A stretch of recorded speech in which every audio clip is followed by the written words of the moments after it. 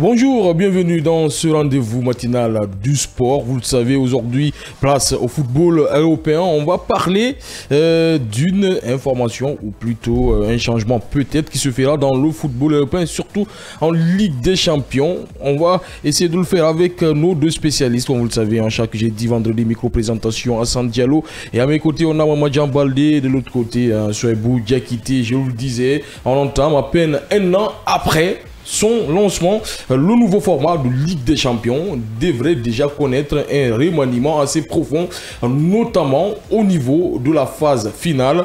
Depuis cette saison, vous le savez, la Ligue des Champions a fait sa mue, quittant l'historique format des phases de poule pour une ronde suisse, un championnat où 36 équipes se rencontrent pour définir un classement, ainsi que 24 qualifiés pour la phase finale.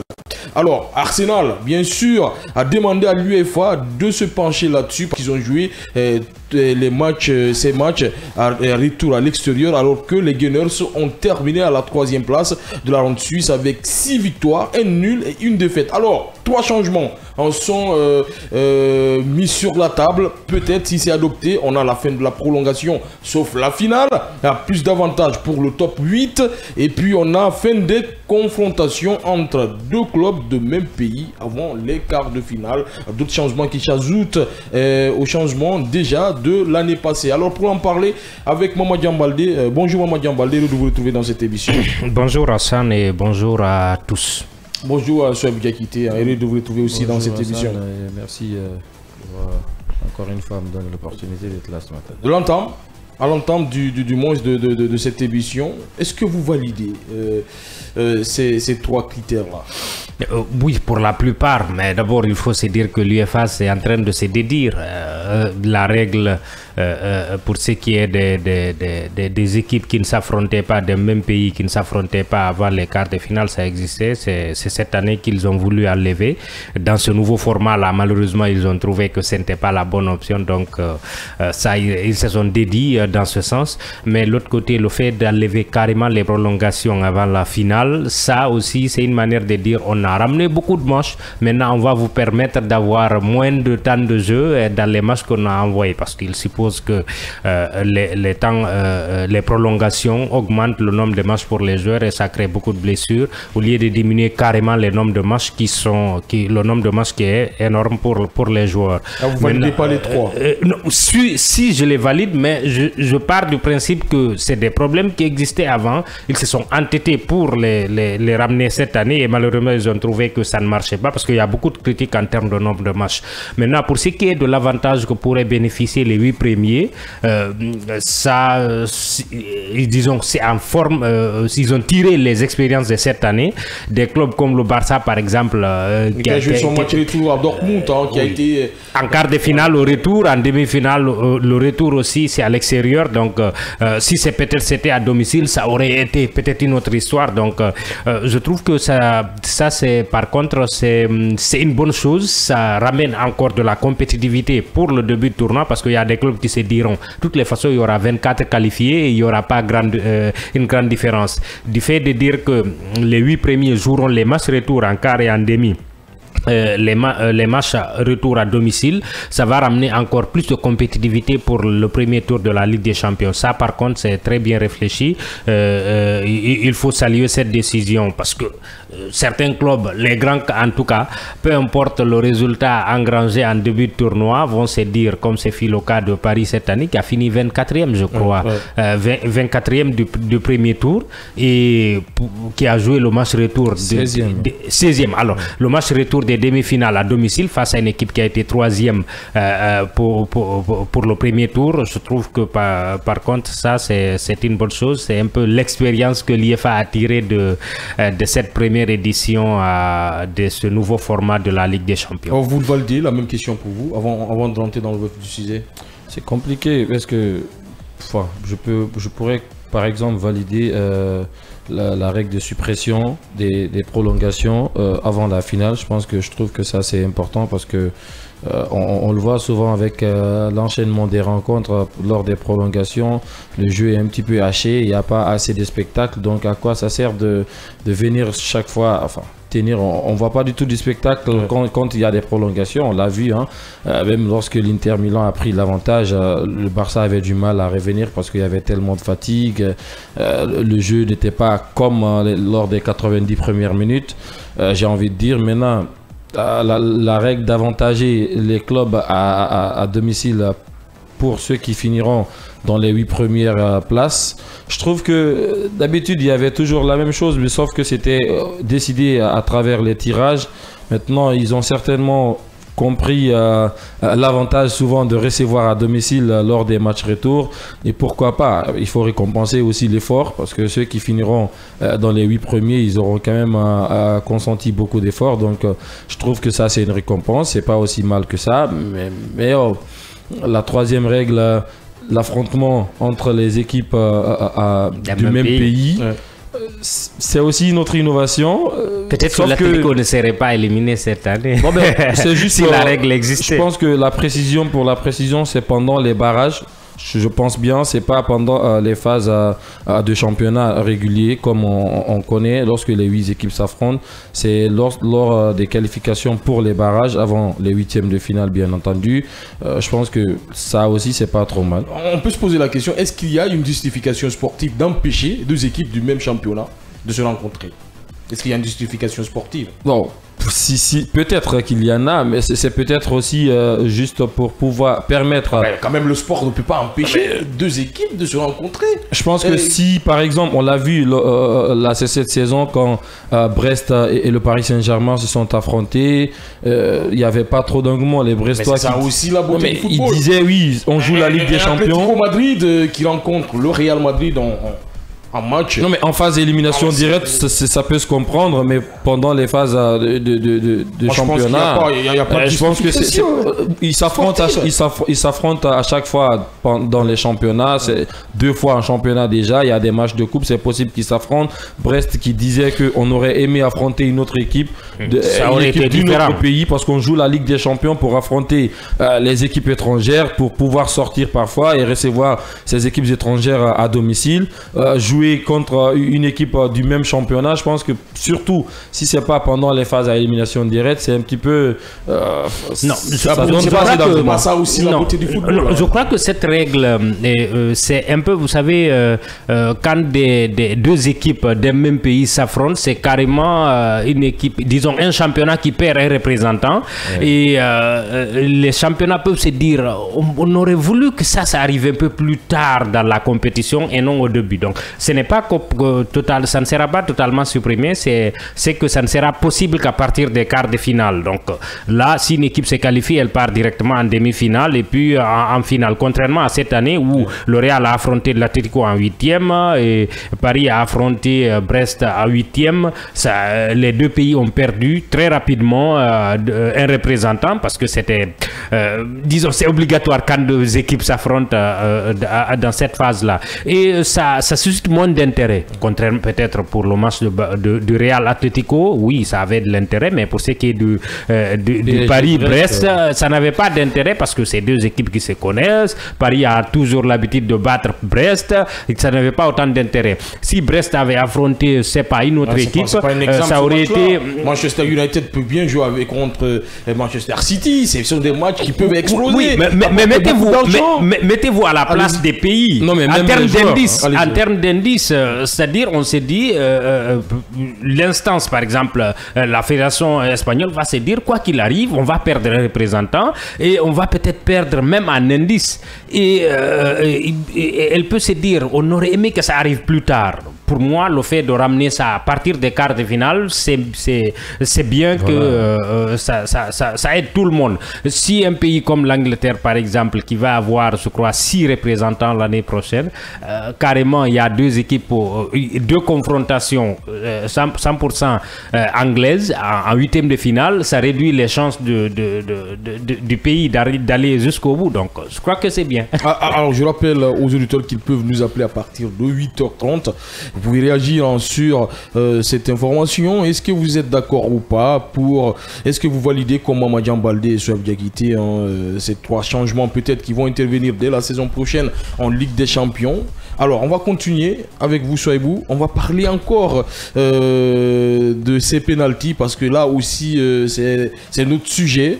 Pour vous, est-ce que toucher les prolongations avant les pénaltys, c'est pas de la dramaturgie du football là? Mais pour moi, lorsqu'on joue les 90 minutes déjà, moi je pense que ça suffit. Déjà, il faut rappeler avant d'aller en profondeur que avant, lorsque 2 équipes s'affrontaient dans le match et qu'il n'y a pas de vainqueur pendant les 90 minutes et que vous partiez en prolongation, la première équipe qui marquait remportait directement le match.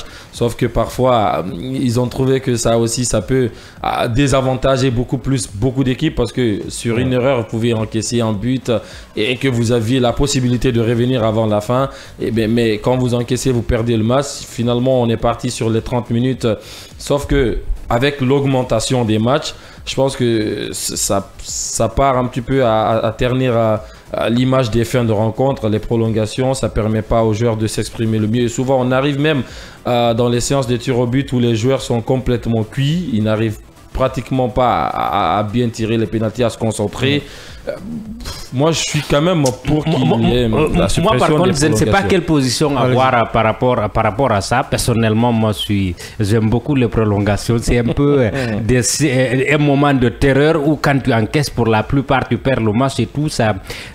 Il faut savoir jouer sur les nerfs des joueurs. Oui, ça, par contre, je suis d'accord.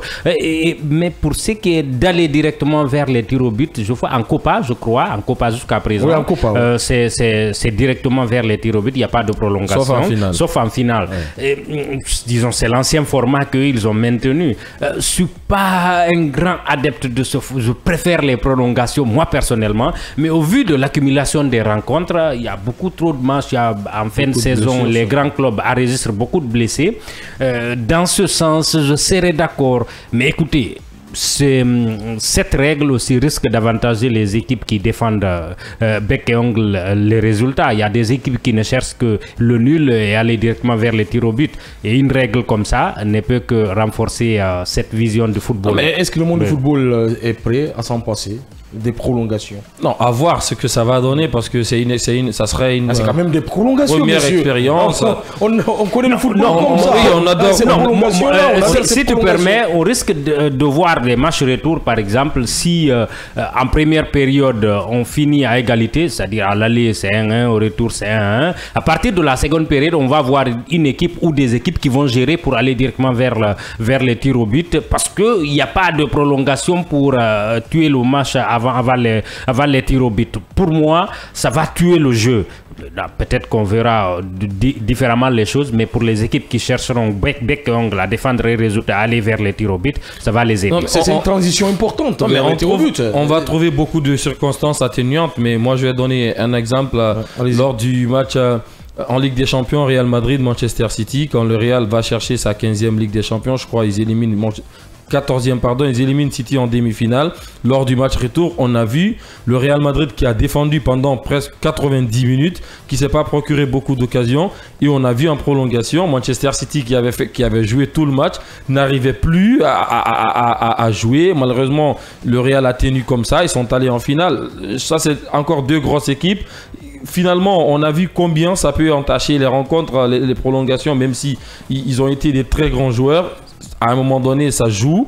Moi, je pense que quand on part directement dans les séances de tir au but, les joueurs déjà qui n'ont pas consenti assez d'efforts resteront concentrés. Ça va aussi aider les tirs au but. On oublie, on pense que c'est juste des jeux de loterie. Je pense qu'il y a beaucoup de techniques dedans. Aussi, il faut avoir la force mentale. Là. Tout de même se fier à ça. Hein. Il faut avoir la force mentale. Vous avez le droit d'analyser comme ça. Il faut tenir le coup. Les prolongations, c'est quand même important. C'est très important. Sauf que déjà, il y a beaucoup d'accumulation de matchs. Ils veulent juste se rattraper à ce niveau parce qu'il y a beaucoup de plaintes. C'est ça aussi le football. Je pense que la solution pour ça, s'il ne faut pas supprimer supprimer les prolongations, il faut réduire le nombre de matchs, sauf que UEFA pour l'instant n'est pas prête à s'accorder à réduire les matchs, les nombres de matchs. J'avais touché le véritable problème. Voilà, il faut c'est que l'UEFA est acculé par les plaintes des joueurs et des entraîneurs sur le nombre de matchs.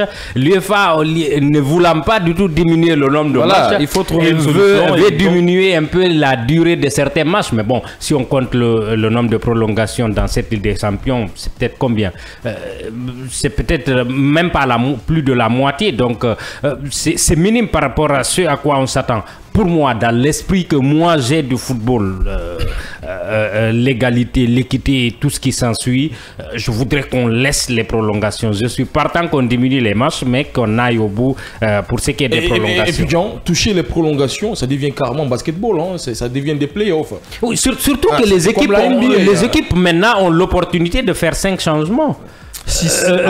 Non, quand on part en prolongation, c'est 6. Ouais. Mais si c'est seulement les 90 minutes, les équipes ont l'opportunité de faire 5 changements. Ça devient basketball. Ce qui veut dire que 50% de l'équipe peut être remplacée. En fait, je suis contre le nombre élevé des rencontres, mais je suis pour les prolongations. Je ne sais pas pourquoi. Ouais, en fait, être pour les prolongations. Je suis pas d'accord. Non, c'est un moment de la rencontre où on jose un peu la capacité de résistance de certains joueurs, la capacité à gérer un score ou à aller chercher un score. Je suis pas par ça. Sauf que la plupart du temps, toucher les prolongations, est-ce que c'est pas aussi diminuer la compétitivité des joueurs? Diminuer, je sais pas, mais pour moi, toucher à la prolongation, je continue à l'affirmer. Je pense que pour l'instant, avec l'accumulation des matchs, hein, je précise bien entendu, avec l'accumulation des matchs, pour l'instant, je ne vois pas assez d'intérêt. Je vois pas assez d'intérêt. Et la plupart des temps... Il faut que l'UEFA ose prendre certaines décisions. Par exemple, diminuer les matchs de Ligue des Nations, aller à la rencontre de la FIFA, demander à la FIFA de diminuer ce nouveau format de la Coupe du Monde des clubs. Vous savez que c'est un conflit d'intérêt entre l'UEFA et la FIFA. La FIFA qui augmente des compétitions. Il y a aussi la Coupe du Monde des clubs qui va commencer. Et il y a l'UEFA qui a rajouté la Ligue des Nations, au lieu des matchs amicaux. Maintenant, on l'a vu, hein, le Real Madrid face au Barça en finale de Coupe du Roi. Après les prolongations, il y a eu quasiment 2 ou 3 blessures du côté du Real Madrid. Rudiger, qu'on n'a pas vu la blessure arriver, finalement s'est blessé pendant les prolongations. Donc à un moment donné, quand il y a l'accumulation des matchs, pas les prolongations, c'est juste une solution. Je suis pas contre les prolongations, mais si ils ont trouvé une solution, ils ont trouvé une solution. Il faut assumer. Soit tu es contre les prolongations. Non, mais si on enlève les prolongations, si on maintient les prolongations, il faudrait qu'on diminue le nombre de matchs. Et pour l'instant, ils sont pas prêts à diminuer le nombre de matchs. Donc je trouve que c'est juste une solution qu'ils ont trouvée. En revenir à l'ancien format, ce n'est pas comme une innovation. Ça a été déjà expérimenté il y a très longtemps, c'est déjà en place chez certains comme les Américains par exemple. Donc moi je trouve pas que ça soit un problème. En tout cas moi je dis que ça devient des playoffs du NBA quand on touche ces prolongations là. C'est une belle transition entre un match vraiment costaud vers avant les pénaltys, de passer d'abord donner la chance à ces équipes là. Souvent la meilleure équipe gagne lors des prolongations. Sauf que d'ailleurs, dans les prolongations, si c'est par exemple une équipe du Real face à une équipe de Séville, par exemple, les prolongations, ça avantage toujours les grosses équipes. Non, ça avantage les équipes. Pour la plupart, ça avantage les équipes joueuses. Et pour moi, voilà pourquoi j'aurais aimé qu'on laisse les prolongations, parce qu'il y a des équipes qui ne font que défendre, qui vont que défendre. Si on diminue le temps, ça les aide donc aussi à encore accentuer cette stratégie de défense face à des équipes. Parce que dans la tête, ils se disent plus de prolongation, on peut bien défendre jusqu'au 90 minutes, on peut courir justement pour défendre le score. Vous prenez le Paris Saint-Germain face à Brest en Ligue des Champions, vous les amenez en prolongation, le PSG avec tout son budget, avec sa profondeur de banc. Est-ce que Brest pourrait résister? Quel changement pourrait faire l'affaire? Il n'y a pas de prolongation entre les deux là. 2014 sans prolongation, le Real ne gagne pas la Ligue des Champions. Non mais voilà, ça ça a déjà montré que l'Atlético, avec la faible profondeur de banc, on a tout de suite vu, c'est une équipe qui a explosé et c'est pas la première fois. Ils sont allés en prolongation à 2 finales. En 2016 également, avant les séances de tir au but, il y avait une prolongation. L'Atlético qui a résisté parce que le Real était un petit peu trop fort, mais finalement le Real l'a remporté lors des séances de tir au but. Moi, je trouve que c'est un peu désavantagé pour les petites nouveaux équipes. Changements-là. Est-ce que ça n'impacte pas un peu le football? Pour moi, ça va jouer contre les équipes joueuses.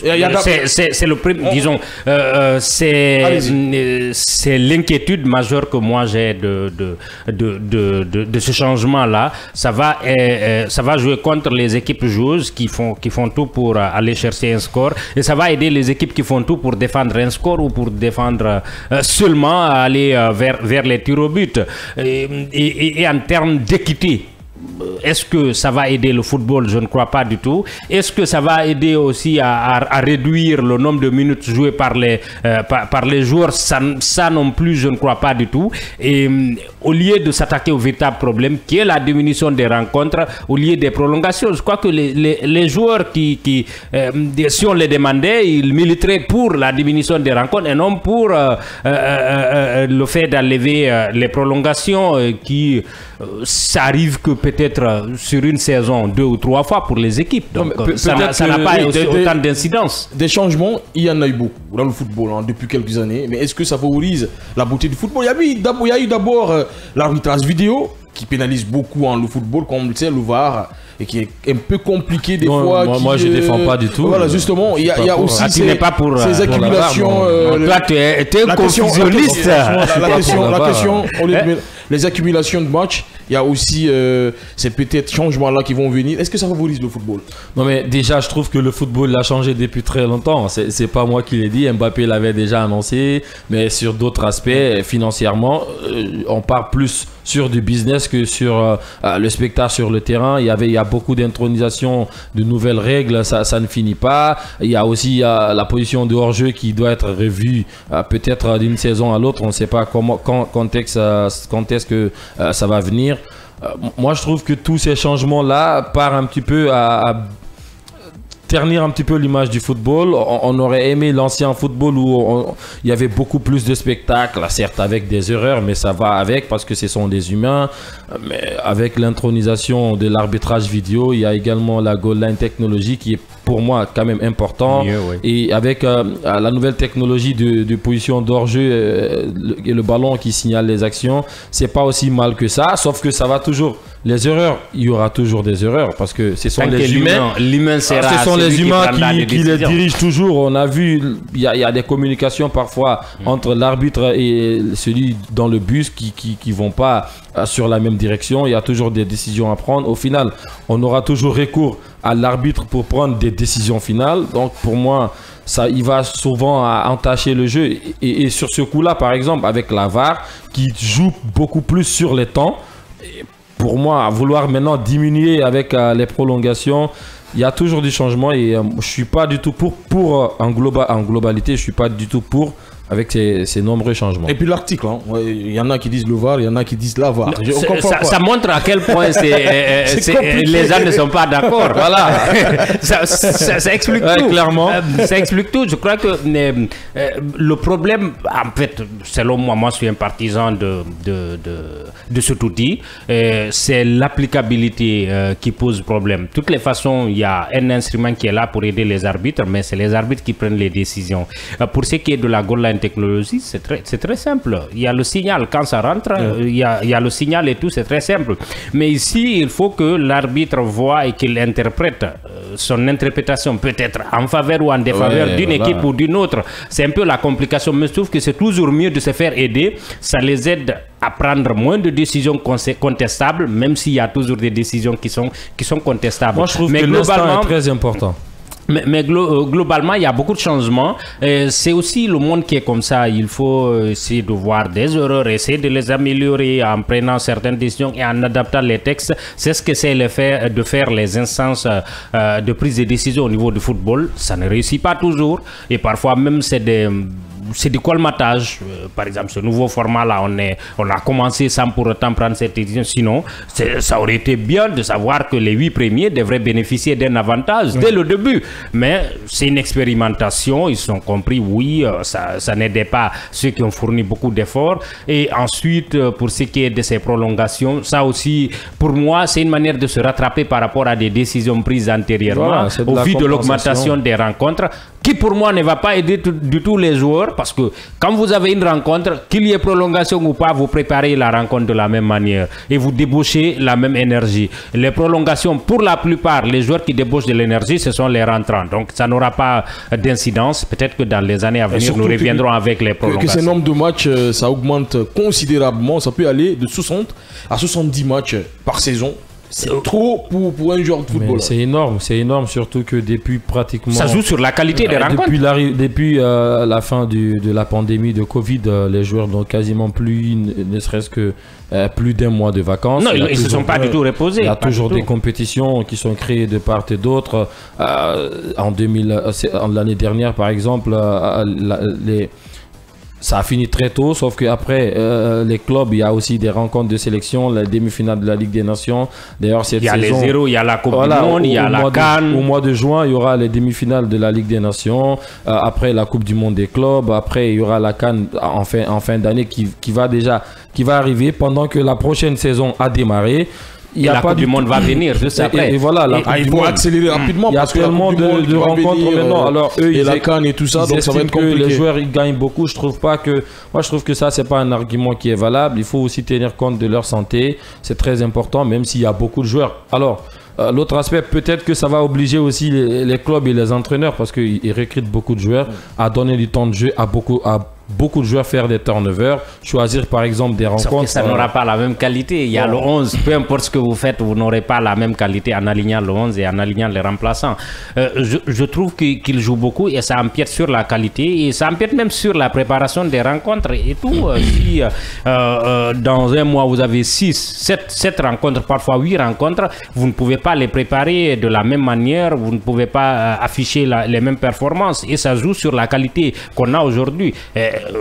Les nostalgiques peuvent vous dire j'aimais mieux le football avant parce que là il y avait de la créativité, les joueurs avaient le temps de se reposer pour penser au match à venir et maintenant tout ce qu'on cherche, c'est la gagne, c'est les contre-attaques, c'est d'aller inquiéter, c'est de trouver la faille de l'adversaire et d'aller l'inquiéter. Donc, ça manque de créativité. Mais bon, est-ce que ça va les amener à changer? Je ne crois pas. Parce que s'ils accusent les joueurs de gagner beaucoup d'argent, je crois que les dirigeants aussi en gagnent beaucoup. Mais si le Calcio en 2003, c'était vraiment un championnat exceptionnel. Alors, on a un autre point.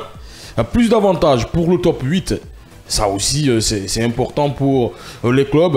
Alors, est-ce que c'est pas trop d'avantages pour les grands clubs, tout ça? Non, bon, je trouve pas que c'est trop d'avantages. Déjà, lors des phases de poule d'avant, les clubs qui terminaient à la première place recevaient toujours lors des matchs retour. Sauf que ils ont envoyé le nouveau format, ils ont changé beaucoup de choses sans tenir compte de ce que ça peut advenir.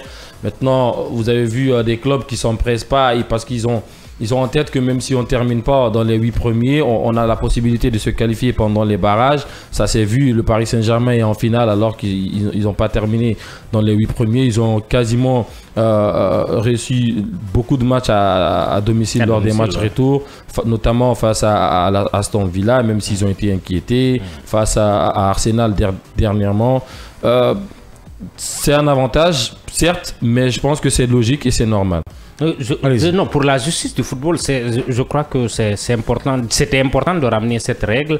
Et en même temps, ça va ramener de la compétitivité au début du tournoi. Parce qu'il faut dire que cette saison, il y a des équipes qui se sont dit de toutes les façons, on va se qualifier. Avec ce nouveau format-là, on ne peut pas ne pas être dans les 24. Ouais. Il y a des équipes qui ont attendu carrément les dernières journées pour commencer à jouer. Il y a des clubs qui ont failli ne pas se qualifier. Non, qui n'ont pas, qui se sont dit, quoi qu'il arrive, nous allons nous qualifier parce qu'il y a beaucoup de matchs, il y a des équipes qui vont traîner le pas et tout ce qui s'ensuit. Et même si on est dernier, de toutes les façons, on aura les mêmes avantages à partir des quarts de finale que les autres. Le fait de donner beaucoup plus d'avantages aux équipes qui vont finir dans le top 8, ça va ramener de la compétitivité dès le début du tournoi et ça va aider à celles qui fournissent beaucoup plus d'efforts au début de bénéficier peut-être un peu plus tard. Je trouve que c'est bien. Alors, maintenant l'antenne elle est ouverte pour les auditeurs qui peuvent nous appeler sur le 629 95 67 67, le 629 95 67 67 pour la Guinée et plus 224 629 95 67 67 pour l'extérieur du pays. Vous le savez, l'UEFA envisage 3 changements majeurs la saison prochaine. Est-ce que vous êtes pour ou contre la fin de la prolongation sauf la finale? Plus d'avantages pour le top 8 pour les matchs retour qu'ils doivent jouer chez eux. Fin des confrontations avec 2 clubs du même pays avant les quarts de finale. Voilà peut-être les 3 changements à venir. Si c'est adopté, ces changements-là rentreront en vigueur pour la Ligue des Champions 2025-2026. Vous pouvez nous appeler sur le 629 95 67 67. Est-ce que vous êtes pour ou contre? En tout cas, comment ça s'appelle, Diakité, ces 3 changements-là, ça va quand même chambouler le football. Il faut se dire la vérité. Ouais, clairement, ça va changer et ça va beaucoup changer parce que il faut aussi s'adapter. Et comme l'a dit John, pour moi, ça va donner plus de compétitivité dès le départ de la compétition. Cet avantage pour les matchs retour. Sauf que ceux qui commencent aussi très fort ne sont pas sûrs de terminer très fort. Il y a aussi ces situations-là. Je trouve qu'il y a tellement de changements. Maintenant, c'est aux clubs et aux entraîneurs de s'adapter, de pouvoir de faire en sorte que l'équipe puisse être performante dès le départ de la compétition et aussi quand les moments véridiques vont arriver et répondre présent. On disait souvent que le Real a débuté sa saison à partir du mois de février. Cette saison, on l'a vu avec beaucoup de blessures. Ils ont joué beaucoup de matchs et ils ont commencé déjà avant les autres avec la Super Coupe d'Europe. Après, ils sont partis pour la finale de la Coupe intercontinentale.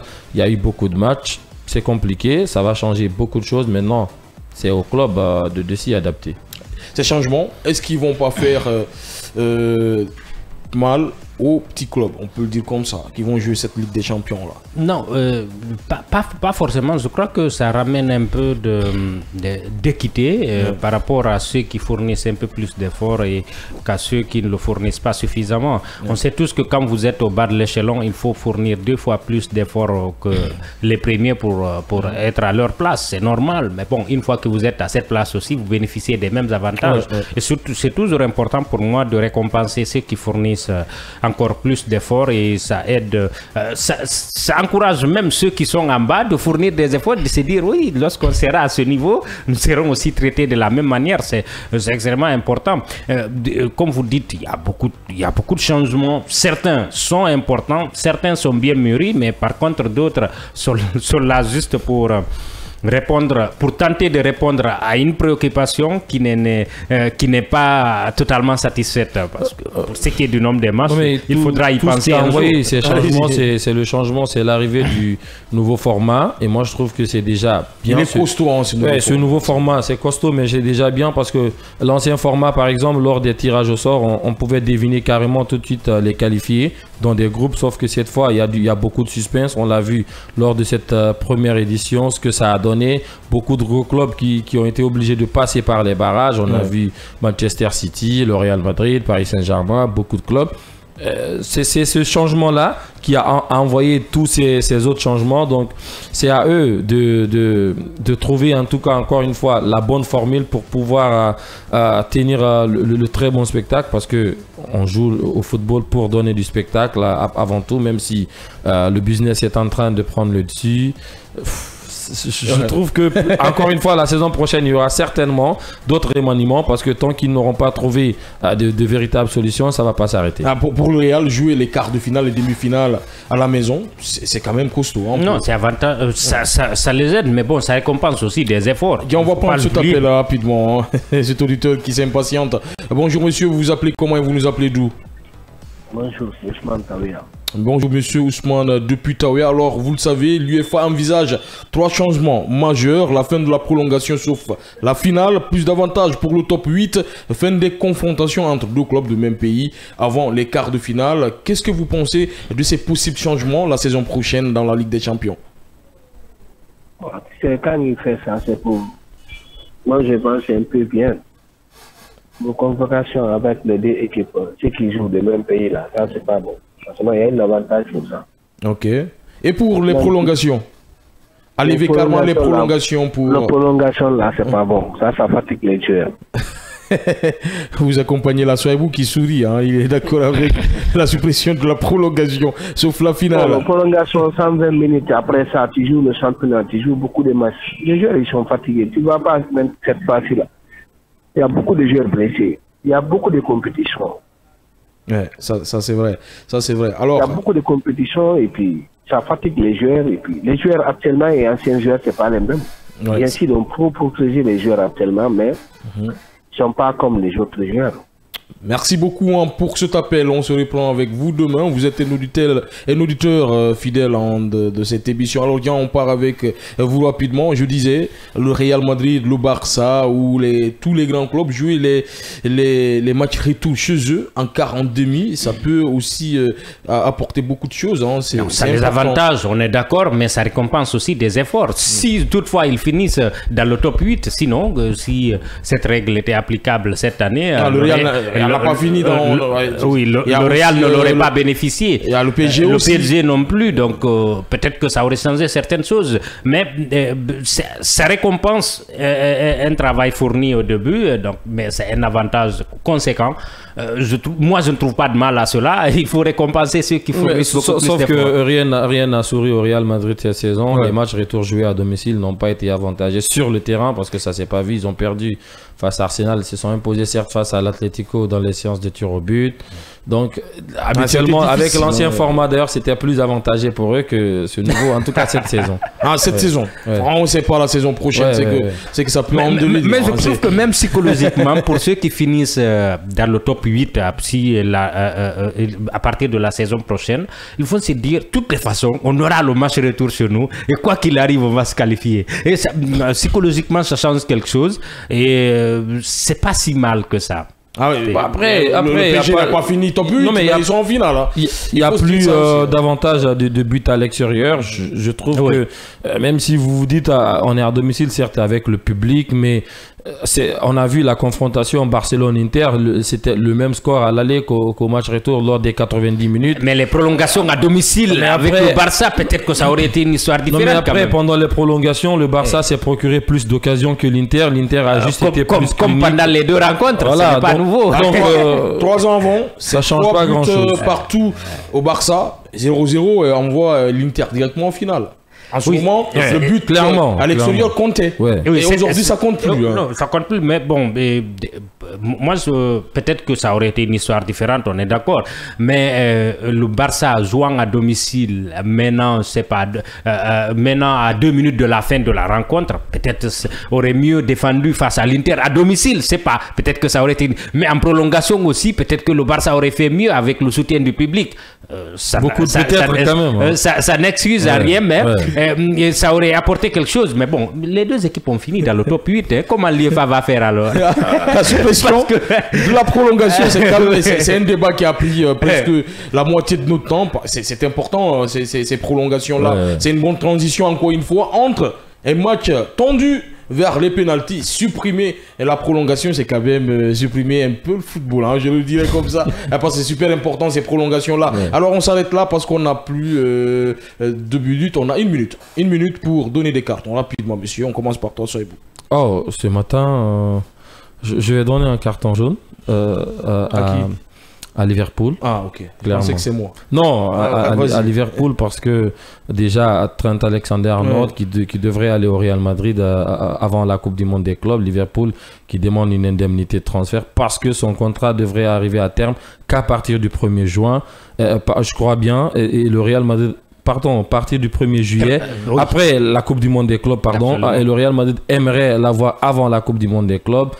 gratuitement et Liverpool pour l'instant qui refuse. Et il a C'est été qui est justifié par les supporters de Liverpool qui ne voulaient pas le voir partir. Hein, non, clairement, il avait été sifflé parce que Liverpool estime... C'est un enfant du club. Ouais, c'est un enfant du club, mais surtout, ils estiment que les confrontations entre le Real Madrid et Liverpool sont en train de devenir un vrai classique en Ligue des Champions. Du coup, perdre un élément important comme Trent Alexander-Arnold, c'est comme... ils ont perçu ça comme une trahison. Allez-y, votre carton. Non, moi j'ai un carton plutôt vert pour saluer la constance de Flick et de ses hommes qui vont certainement être champions cette année, parce que le championnat c'est un peu le prix de la constance. Ce soir d'ailleurs. Carton vert à toute son équipe. Gagner ce match ce soir, c'est être champion directement. Hein, oui, absolument. Sur le terrain d'un des rivaux, autant pour moi, et pour la deuxième fois aussi de l'histoire, parce qu'il y a 2 ans aussi, c'est sur ce terrain que le Barça avait a officialisé son titre. Alors, je donne un carton à l'ensemble de la technique, de la régie, mais aussi à la rédaction sportive qui m'a aidé à préparer cette émission. On se retrouve à partir de 16h00 dans l'émission World Sport avec Amadou Mazor Diallo.